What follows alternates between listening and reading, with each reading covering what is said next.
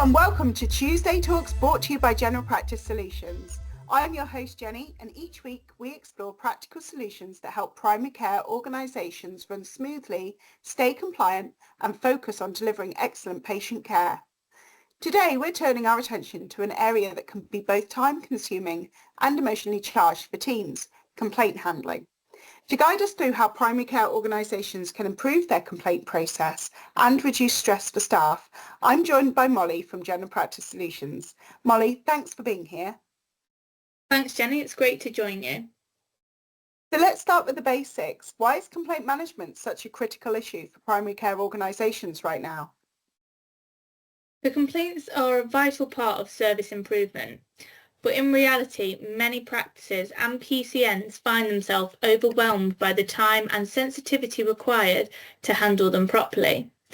So with rising patient expectations and increasing scrutiny from regulators, it is more important than ever to respond to complaints in a timely, professional and transparent way. But doing this does take a lot of time and takes capacity.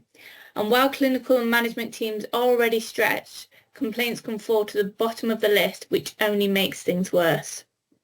Absolutely. And what are some of the common challenges you see when it comes to how complaints are currently handled?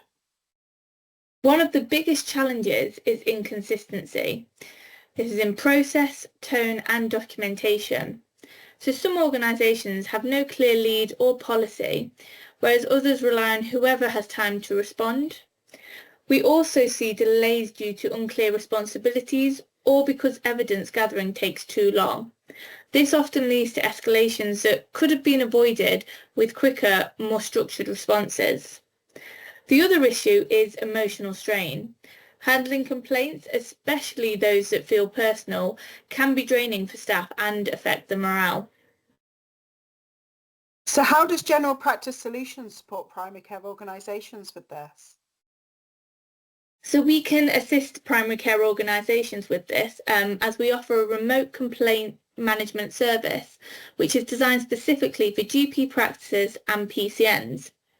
We handle the end-to-end process by logging the complaint, gathering relevant background information, drafting responses that are in line with the NHS complaints regulations, and ensuring that the tone is clear, professional and empathetic. We work closely with the practice team to make sure our responses are accurate, fair and timely, and that any learning or actions are properly recorded. This means that practice can stay on top of their complaints without it distracting from their day-to-day care. That sounds like a huge time saver. What kind of results do organisations see when they outsource complaint handling to your team? So most of them do tell us that they feel a huge sense of relief. Complaints stop feeling like a crisis and become a manageable process.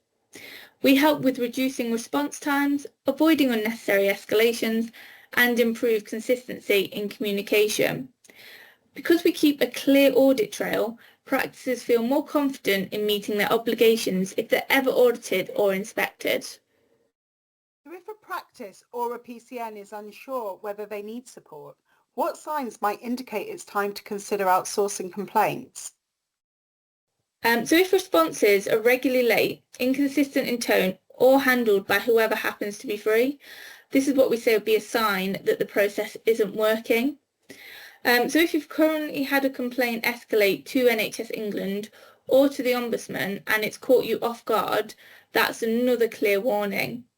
And finally, if complaints are affecting team morale or taking time away from clinical care, it is worth looking into an external support. And what does the onboarding process look like if someone wanted to get started with your complaint service? So the onboarding process is very straightforward. We begin with a short consultation to understand your current complaints process and where the gaps are. Following on from this, we then agree on access and protocols. For example, how we receive complaints and who we check responses with before sending. We can either manage complaints fully on your behalf or work alongside your in-house team. It is entirely flexible and built around what works best for your organisation. So before we wrap up, Molly, what would you say to a practice that's nervous about handing over something as sensitive as complaints? So it's completely understandable that they may be nervous with handing this over, but what I would say is we're not here to replace your voice, we're here to support it. We're trained in NHS complaints procedures, GDPR and information governance. Every response is developed in partnership with your team and you will always have that final say. Our goal is to make complaints less stressful, more consistent and ultimately a source of learning and improvement, not anxiety. Thank you, Molly. That's a really valuable conversation. So if you work in a GP practice, PCN or federation and want to learn more about General Practice Solutions Complaint Management Service, head to www.generalpracticesolutions.net, call 020 8865 1942 or email inquiries@generalpracticesolutions.net.